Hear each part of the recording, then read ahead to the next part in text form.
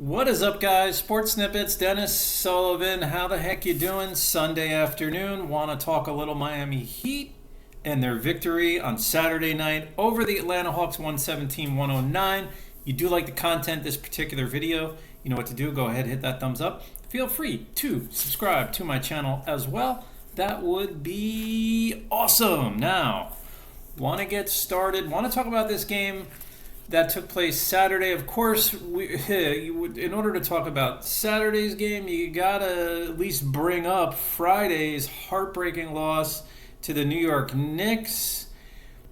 Oh man, a great comeback by the Heat, but I tell you what, the Knicks did what they had to do to win that game, and the Knicks really get the credit. You just gotta give you got to give your opponent, in this case New York Knicks, a lot of credit for that victory. So the Heat would have to show some resolve here, coming back less than 24 hours later. A tough home game against a underrated, really, Atlanta Hawk team. And the first thing that jumps out to me is that these are two teams. I mean, you look at the Heat, even with the win, they're only 3 games over 500. 34 and 31. With the loss, the Hawks fall to 32-32. Both these teams are, in my opinion, better than their record. And especially, you look at the Hawks backcourt. I mean, that's a heck of a backcourt, which leads me to this, guys. Leads me to this. You think of the number one topic of this game, or the number one point to discuss in this game, in this somewhat narrow victory. I mean, it was an 8-point victory, was the Heat's ability to really neutralize 2 very good guards for the Hawks in Dejounte Murray, who finished with only 10 points, 5 rebounds, 3 assists, and a couple of steals. Trae Young would only score 8 points. If I heard correctly on the telecast, this was the first time that Trae Young would score less than 10 points since March of last year. Now, of course, Trae Young, the super talented player he is, still finished with 10 assists and 5 steals. That's amazing.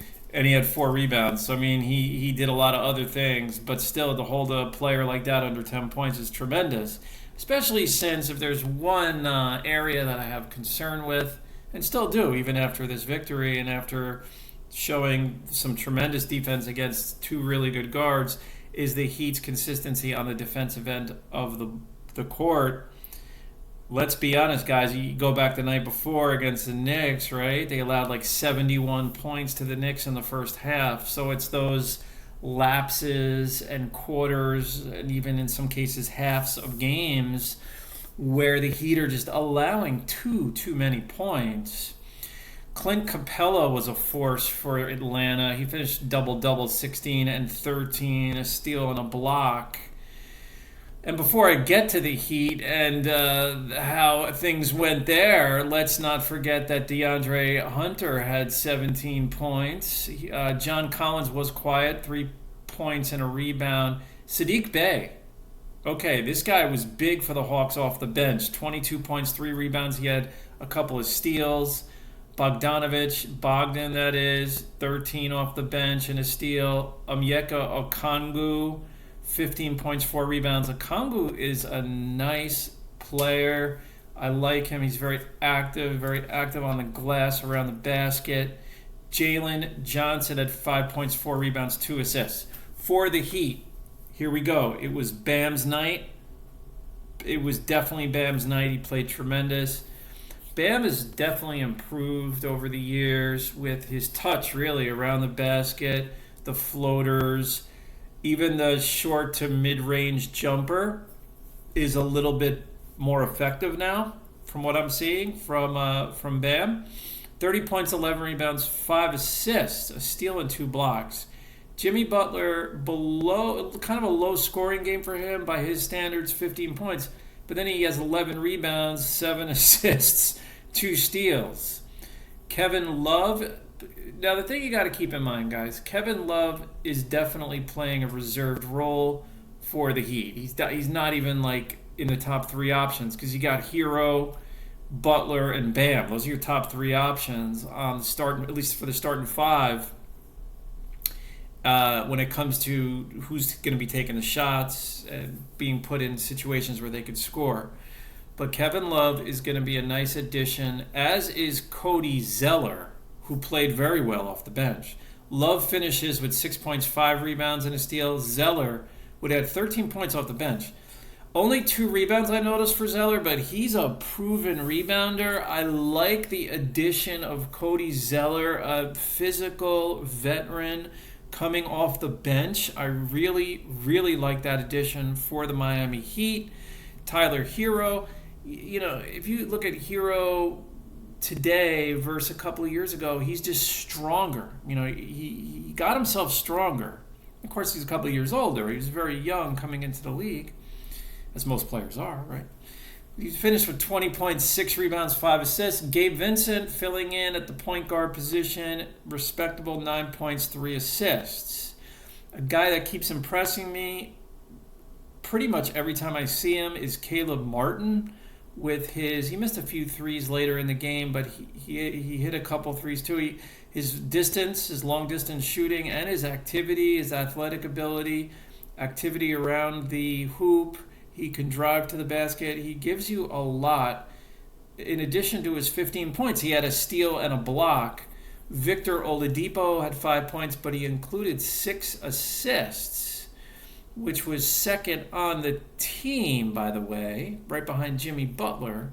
And Max Strus added 4 points, 3 rebounds, and 3 assists. So, the Heat will play the Hawks again on Monday. Be interesting to see if the Hawks start Saddiq Bey. I mean, he was really good coming off the bench. The Heat then will play Cleveland, a very good Cleveland team. It's about 14 games over 500 in back-to-back games. So although it's a homestand technically, or a lot of games are going to be at home now for the Heat, this is not an easy stretch by any means because you're playing some pretty good teams in the East. As I look at the big picture, I'll leave you guys on this note. It looks to me, the Knicks are they're like 11 games over 500. They're going to be one of the top 6 teams unless they completely collapse, which doesn't look likely at all. So if the Heat were to get in the top 6 spots to avoid the play-in, their opportunity is the Brooklyn Nets. That's your opportunity.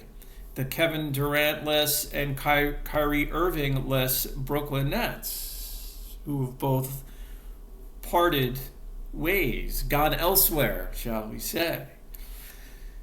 But there's not that many games left, so you got a couple of games to make up. I believe the Heat are 2 games going into Sunday behind the Nets. About 18 or so. Let's see, if you're 34 and 31, you got about 17 games left. Do the Heat at 34 and 31. So we're going to see, guys, how it goes. Let me know what you think. Another takeaway, I kind of like Gabe Vincent, but you really, Lowry is a loss. I know he's up there as far as basketball age goes. He's definitely a veteran. He's been in the league forever, but you do need Kyle Lowry in there. But Gabe Vincent is a very good fill-in. He's steady. He can hit the 3. He is a pretty good playmaker. So the Heat can win games with that lineup. I think the best thing that has happened to the Heat are the acquisitions they've made. Cody Zeller and Kevin Love around playoff time. That should pay some dividends. How much? We will see, guys. We will see. So let me know what you think. I'll talk to you soon, and bye for now.